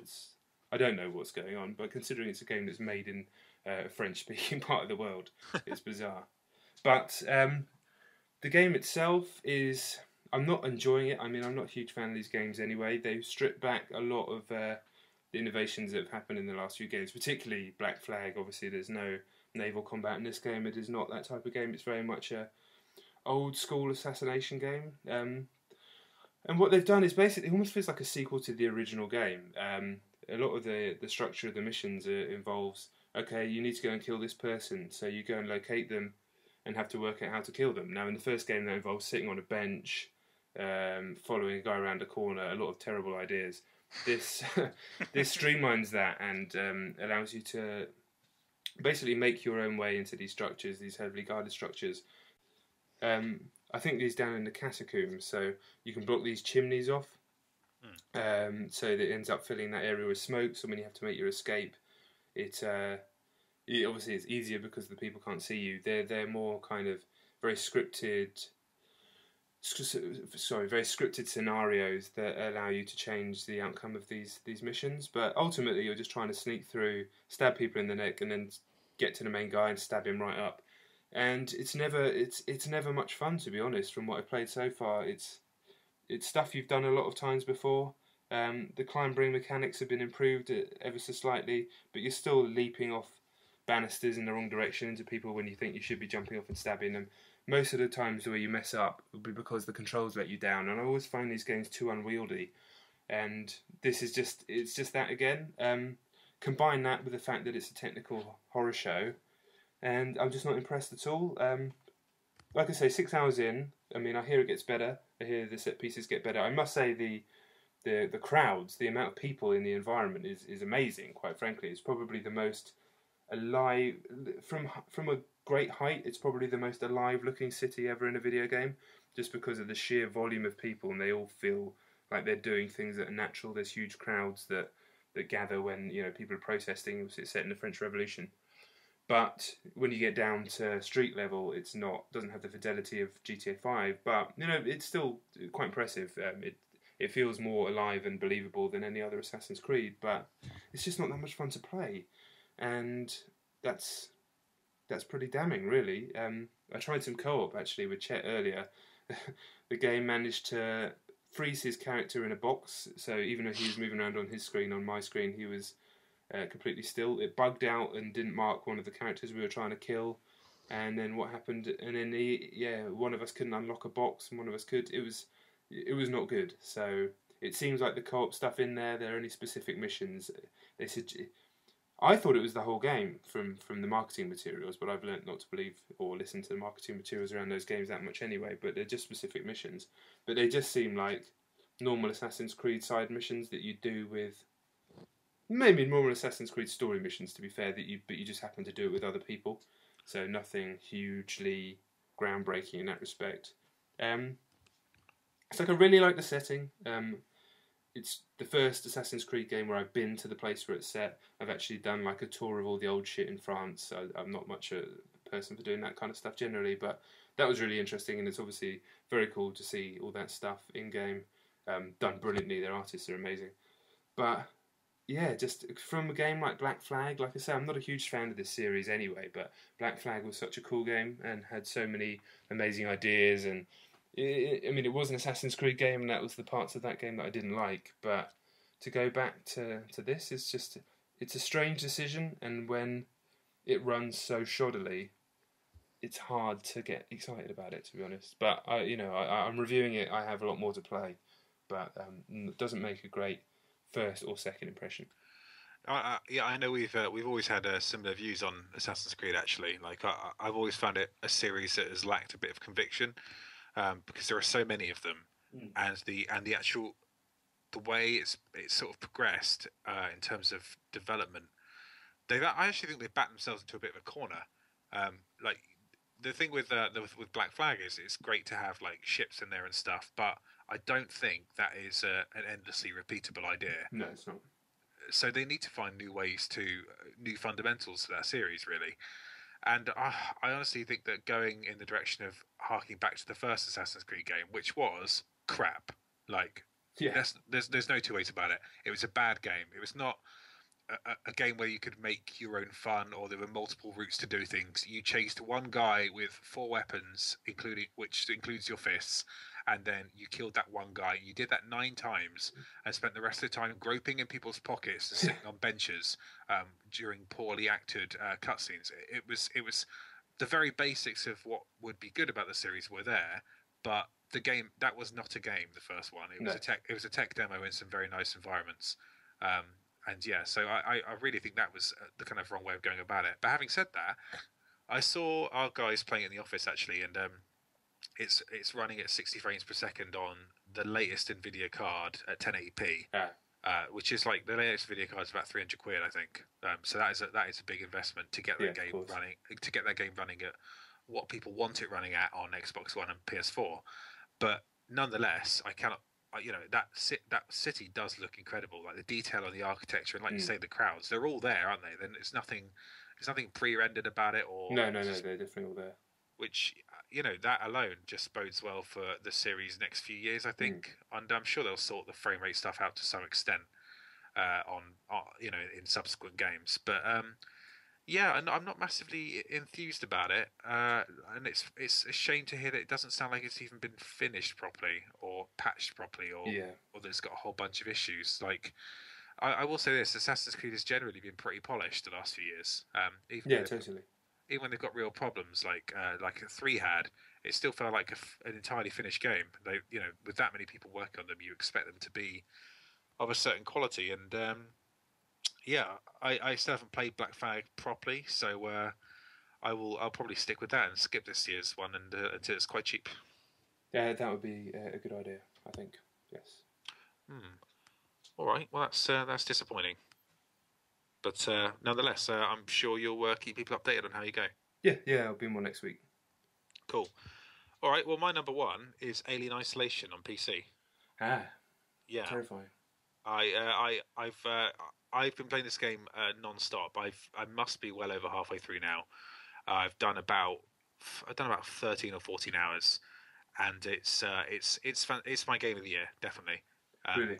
Yeah, everything Chet said about it in the last few podcasts is completely correct, which is that it's got some sections that are just so problematic they have you tearing your hair out, but it's counterweighted by moments of like emergent kind of AI drama that is unlike anything else, and so brave and so compelling, and with this idea that you think is going to get tired, but that is then used and interpreted in so many different ways. This creature is just a catalyst for all kinds of different set pieces. It's brilliant. I absolutely love it to bits. But I don't know where you're at with it now, John. I haven't been back to it, to be honest, since playing the first few hours. I just haven't had time. I do want to go back to it, but it demands a lot from you, I think, as a player, which is fine. But at this time of year, that's not something you can jump into lightly. It's true. It's true, and because it is so random, like it inevitably ends up being unfair in a number of different ways. Um, and sometimes when you get through a section, it's more a kind of like you're cheering to yourself of, oh yeah, I didn't have to watch that cutscene again and do that section again, as opposed to I just escaped this creature. What a great moment that was. But sometimes I love to experiment with it in different ways, and this will make me sound like a bit of a crazy person, but I did a section perfectly. The first bit of the game where the alien arrives, it's in that Systech lobby with that. It's almost like a kind of reception area with this big bit of machinery hanging overhead, and there's like a walkway around the side, right? Mm-hmm. You return there later on, and there's some civilians there, and they're armed, and the alien is pursuing you. Right. And I threw a noisemaker down when I had to go back through there. The alien appeared, and it sort of gutted one and like killed another, and you hear Amanda going, "Oh shit," and all this stuff. And I had made it away to this elevator where you're supposed to go perfectly, and was about to leave, but I sort of didn't find that interesting enough. So I decided to reset my save and do it again. And this time I went up to one of the civilians and set them on fire. Wow. Yeah. and then I sprinted for a bit and made the alien appear. And then the alien then killed the other civilian who was shooting at me. And she didn't see it coming. The person who was shooting at me, the alien just killed her, and it took her by surprise. Then the alien darted for me, and I set it on fire and made it disappear after it damaged me. And then I ran for the exit, and I love that I could do that in different ways and have a much more exciting outcome. But more than that, I love that I've turned it's Ellen Ripley's daughter into a serial killer. Yeah. She has no idea about that. When in that kind of scene in Aliens Special Edition, she just assumes that she went to an old folks' home and had a perfectly peaceful life. But I've made it canon now that she went on this. She went on this spaceship killing people and deliberately taunting the alien and stuff. And I like the idea that you wouldn't be able to do that unless the developers wanted you to do that. And so I think it's absolutely fantastic. There's nothing else like it, and it makes me relish a challenge, which is fantastic as well. It's a game that I have full intentions of going back to for sure, but it will probably be next year now. That's fair enough. Too much, isn't it? Too much. Yeah, like I said, it's such a demanding game, which is a positive, but this time of year with so many reviews to get through and a hectic travel schedule. Yeah, there's no time for Alien in my life right now. Okay, so my number one this week is actually Pro Evolution Soccer 2015. I've been playing on PS4. Now, the online servers at the time of recording hadn't been switched on, so this is just an offline review of the game, I guess you could call it. But I have to say, it is quite something. As fans of the show will know that both Chet and I are big fans of the recent Pro Evo games, and it's a lifelong love for me for the series. But they did lose their way for a while, and there was great hope around PES 2015 really bringing back the glory days. And from what I've played so far, which is a significant amount of offline play, those days are back, quite frankly. The first thing to note about the game is how responsive it is. Last year's game, which I still stand by, but a lot of people had a lot of problems with how sluggish some of the inputs were. That's gone completely. This is razor sharp now. So it's reminiscent of how they used to feel back on the PS2, but with the kind of fidelity of the modern day, next gen, as it were, visuals. It doesn't look as good as FIFA 15, but I say it moves better than FIFA 15, so ultimately it actually weirdly ends up looking better than FIFA 15, if that makes any sense. But anyway, it's razor sharp and super precise, so it manages to do the things that Pro Evo has always done so well, which is kind of capturing the minutiae of a football match and adding that all together to really create the true drama of this sport. And that can be something as small as like a ground out 1-0 victory, in an away match mid-season in the Master League, or it can be the Champions League final, 3-2 in extra time. Unbelievable excitement. It captures both sides, and that means when the games are that exciting, when you get those crazy games, they mean something. Whereas in FIFA, you can quite regularly get 6-5, 5-4, especially if you're playing online. to kind of bury down into the details a little bit more, the dribbling has been reworked, so it's mainly just on the left stick now. Like I said, the responsiveness is very high, so you can jink in between players and burst through players just using the left stick and the run button. There are right stick tricks in there as well. They work similarly to PES 2014's, where you're sort of pressing the right stick, then the left stick to sort of drop your shoulder left and then move right or whatever. That stuff works really well, but it's not reliant on that. I mean, you could easily get a good dribbling game going in PES 2015 without ever using the right stick. Defending is probably the best I've experienced in a video game. Unlike FIFA's tactical defending, this has a similar thing where you have to time your tackle with the A or X button depending on what console you're playing on. But you can still use that button to contain and harry players down, and it just doesn't leave you as open to getting run around like a mug like in FIFA 15. But also the slide tackles in PES 2015 are fantastic. You can time them perfectly. If you mistime them, you absolutely clatter the player that you're trying to tackle. But time them right, and you can really just nick the ball away at the last second or smash through someone as they're running down the wing. There are just 1,000 football moments in every single match in PES 2015, and I'm just hopeful. I'm very hopeful that the online side of the game holds up. They've got a seasons equivalent in this version where you're going to be able to battle through divisions, which was actually in the older PES games on 360, but they kind of dropped, but it's been repackaged. And there's a Ultimate Team competitor called My Club, which seems like this isn't available just yet, but it seems like the kind of Fisher-Price version of Ultimate Team. But then again, everything about these games is kind of like that, but when you dig down, there's actually a lot of depth and subtlety there. Like Master League, for example, it seems way less compelling than FIFA's manager mode, but because of the quality of the AI of the opponents and the fact that every match feels so different, it actually is a more compelling way of playing through a career, I find, than FIFA's more polished and believable career mode. So yeah, just great stuff. I mean, disappointing still, of course, that the Premier League license isn't there. It has Man United, but all the rest of like Man Blue and the Potteries and all that lot are still in there.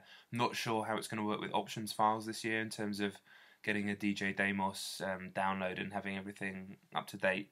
It has the championship teams in there, but again, they're not licensed. But all the Spanish teams, Italian teams, French teams, and all that stuff are in there. It has the Champions League license, so it does have a lot going for it in that respect as well. It's not as bad as it used to be back in the day, where literally every single player didn't even have their names.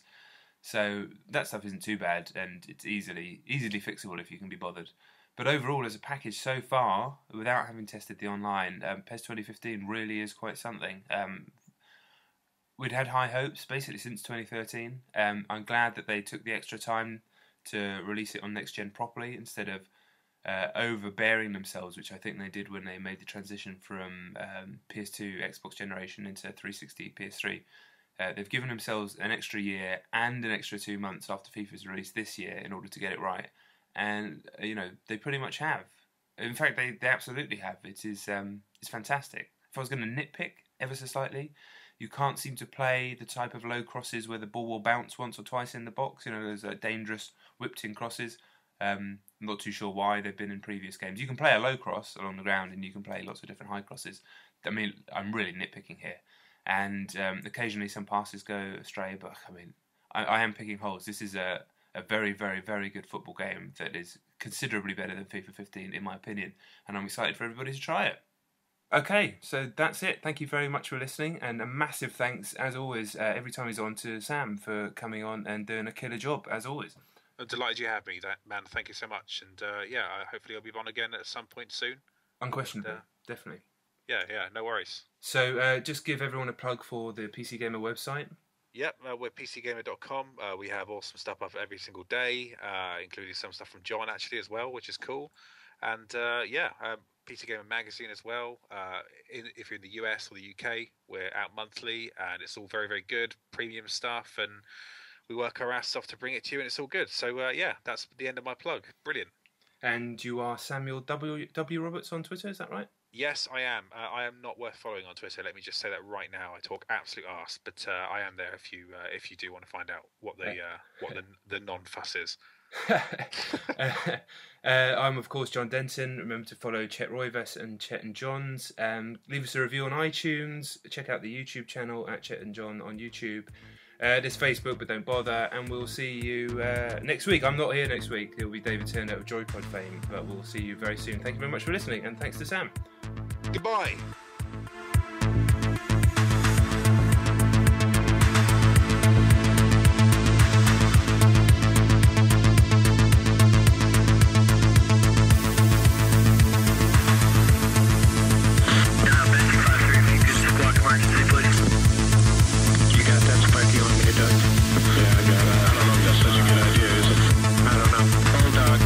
Is that a good idea right where we're at? Okay, now you've got fire coming out of your engine. Looks like it's falling. What's falling? Well, it looks like you got sparks and shit coming out of your engine now. Okay. Bulldog? Okay, I'm having a more serious problem now, okay?